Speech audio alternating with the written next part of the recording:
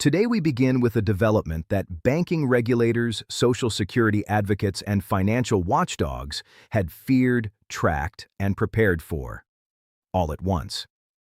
A rule change that unfolded not over months of deliberation, but in a single business day.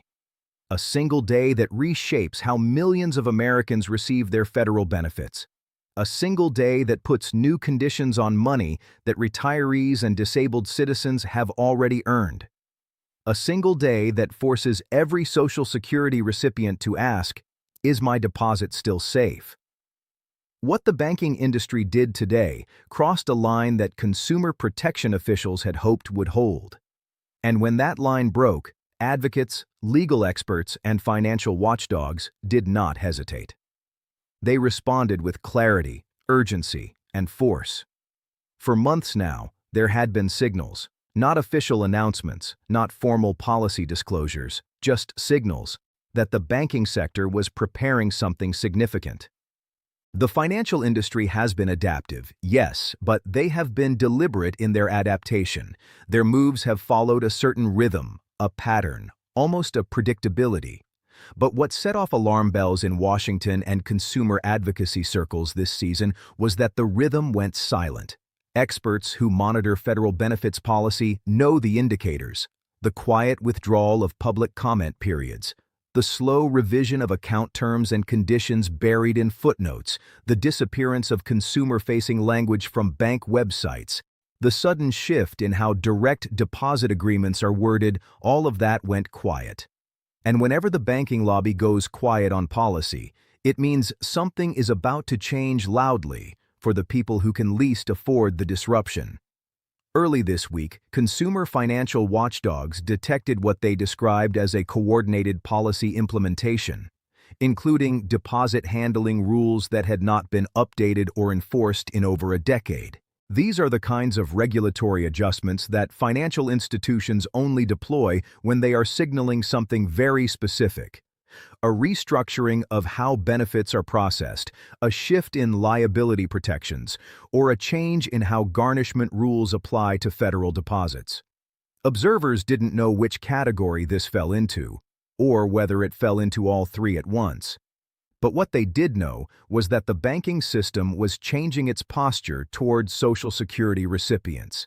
And when institutions shift policy without bold public disclosure, even by a narrow measure, federal oversight agencies pay attention. The new rule, now active, affects the timing, accessibility, and in some cases, the protection status of Social Security direct deposits, depending on the type of account a recipient holds. The warning issued by the Consumer Financial Protection Bureau and allied advocacy groups this week was not normal. It was not routine, it was not symbolic, it was urgent. Source after source, meeting after meeting, described the banking industry's move as sweeping, opaque, and, perhaps most importantly, deliberately timed during a period when public attention was focused elsewhere. But confusion only works if the recipient hesitates and doesn't ask questions. Millions of Social Security recipients did not hesitate. Their advocates did not hesitate. In fact, the public response this week has been among the most organized and immediate we've seen in consumer financial policy in years. Here's what we know. Within hours of the rule taking effect, legal aid organizations began fielding calls. Consumer hotlines lit up. Congressional offices received constituent inquiries at volumes not seen since the pandemic-era stimulus payment disruptions. These weren't ordinary complaints. These were structured, specific, and connected, coming from recipients who understood that something fundamental had shifted in how their money would be handled going forward. Tonight, confirmed reporting tells us that the new bank rule affects Social Security recipients in three primary ways, and each one carries real consequences for real households. First, the timing window for deposit availability has been modified. Under the previous framework, Social Security direct deposits were considered immediately available upon receipt. Under the new rule, certain account types, particularly prepaid debit accounts and second-chance checking accounts disproportionately used by lower-income seniors, may now face a hold period of up to 24 hours. They hit the most vulnerable account holders first. Second, the rule changes how banks handle accounts flagged for debt collection. Previously, federal law created a protected buffer, a 2-month look-back on Social Security deposits that shielded them from garnishment. The new rule introduces language that some legal experts say creates ambiguity around that buffer, particularly for private debt, medical bills, certain private student loans, and overdraft fees. They hit the legal protection layer next. Third, and most significantly, the rule alters notification requirements. Banks are no longer required, under this new framework, to proactively inform recipients when a policy change affects their direct deposit status. The burden of awareness now shifts entirely to the account holder. They hit the information access layer last. In other words, the banks targeted the 3 pillars that make Social Security deposits dependable: speed, protection, and transparency. And here's where the story becomes even more consequential. Policy analysts now believe that this rule change was designed to test the responsiveness of federal consumer protections at a moment when regulatory staffing is reduced and public bandwidth is stretched. The banking lobby wanted to see whether recipients and regulators would simply absorb the change quietly. But instead, the opposite happened. Advocacy groups didn't absorb it. They escalated with documentation so thorough, so rapidly assembled, that even legislative offices took immediate notice. You don't get congressional attention on financial regulation easily. But this week, retiree advocates did. Financial policy analysts speaking with consumer media under anonymity described the rule's rollout as a quiet expansion, a way to normalize new constraints on federal benefit accounts without triggering a formal public rulemaking process. But recipients and their advocates proved this week that they remain both informed and organized. Their response was not only rapid, it was targeted so precisely that specific provisions of the rule are now under formal legal review. That precision matters because it shows that the Social Security community is not passive. They are active participants in protecting what they've earned. As reports continued coming in throughout the week, we learned more about the scale of how this rule touches different communities. Seniors on fixed income face the greatest exposure to the deposit hold changes, as many rely on same-day access to cover recurring automatic bill payments, meaning a 24-hour hold could trigger overdraft fees on money they legally own.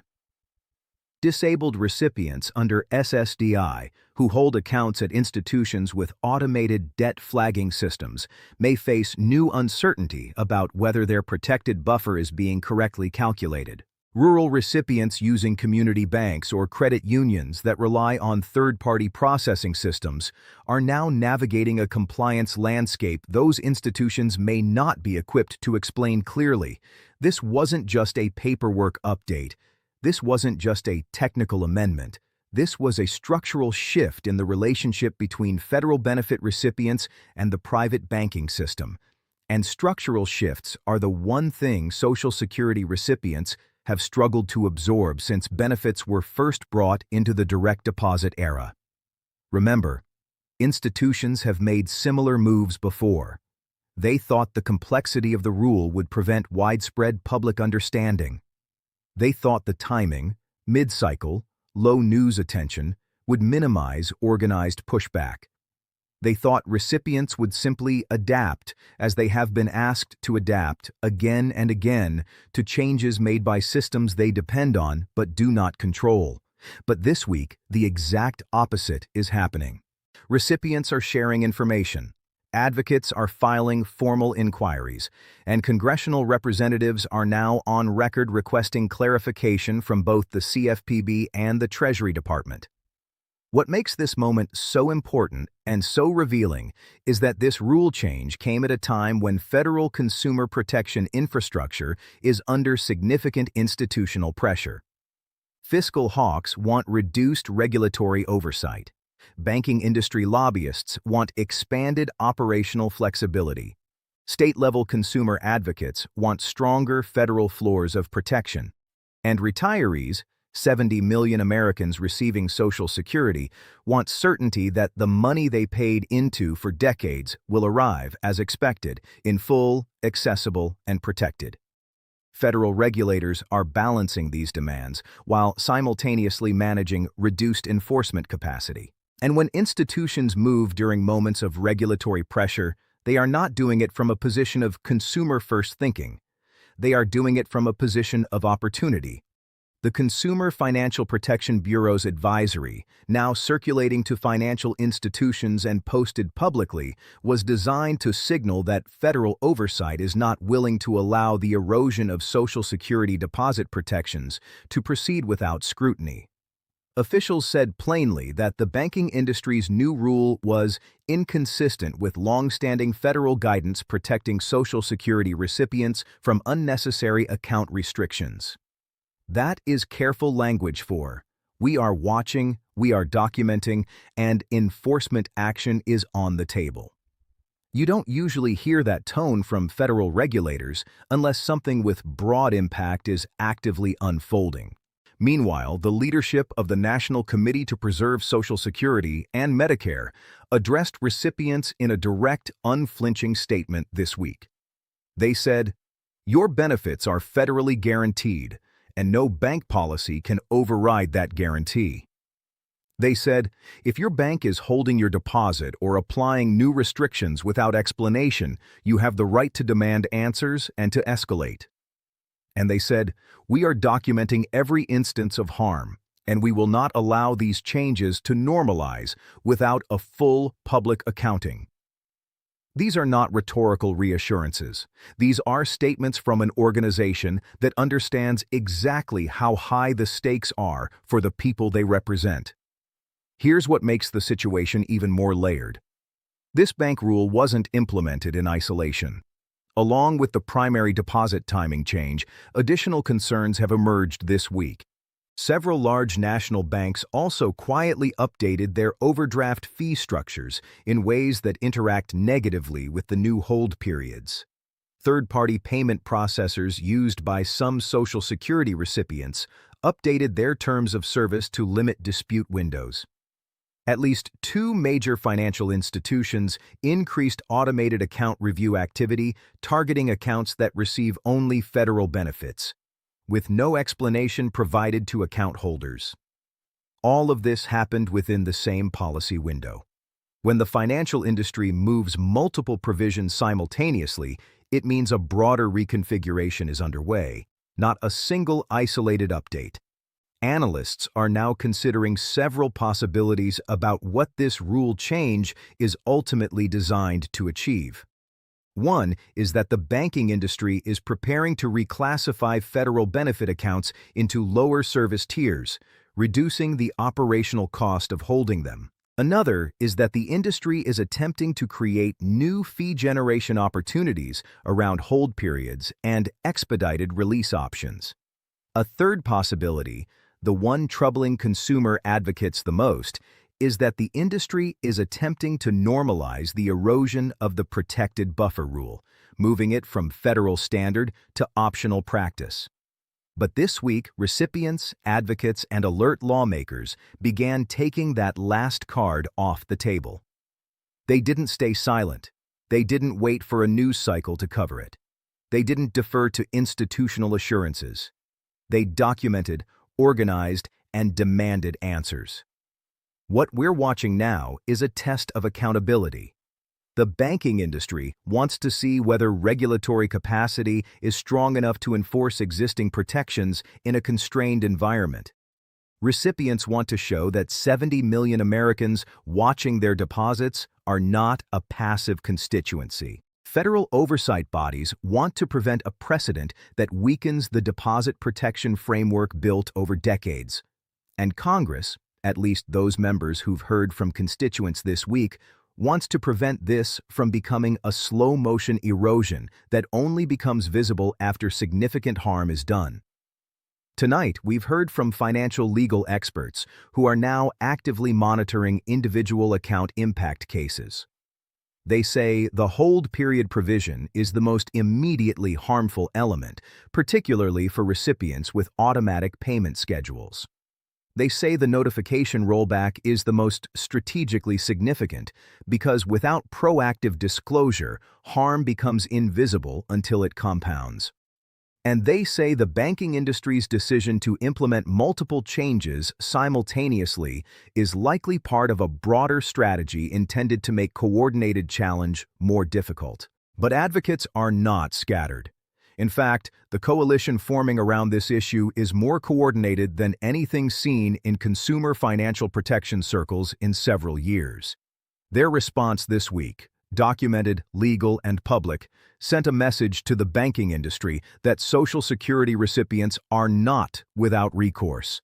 And it sent a message to federal regulators that the public expects these protections to be enforced, not negotiated away.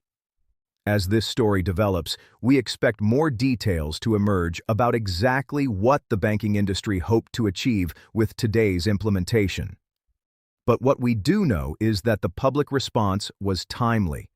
It prevented the change from becoming invisible. It created a record that regulators and lawmakers can act on, and it reminded every institution involved that 70 million Social Security recipients are paying close attention. What happens next will depend on what the banking industry does in the coming weeks. If they walk back the most harmful provisions, this moment will be remembered as a successful exercise of public accountability. If they hold firm, the legal and regulatory organizations that have already mobilized have made clear they are ready to escalate, and the tools to do so are already in hand. And tonight, for the first time in this policy cycle, the banking industry appears to be recalculating. Washington is watching, the advocacy community is watching, and 70 million Americans are watching. Too many eyes, too much documentation, too clear a legal record, and when institutions face that level of organized scrutiny, it means they are reassessing. It means they are choosing their next move carefully. Because this week, the banking industry was reminded of something that holds every time it gets tested. Federal benefit recipients are not powerless. The protections built around Social Security deposits exist for a reason, and the people who need them will defend them. And the moment institutions treat guaranteed benefits as flexible policy is the moment the public stops being quiet about it. This story is far from over, but tonight, one thing is clear. The rule is active, but so is the response. The stakes are real, and so is the accountability. And the 70 million Americans whose financial security depends on these deposits are watching every move that comes next. And we will be here, covering every development as this next phase unfolds.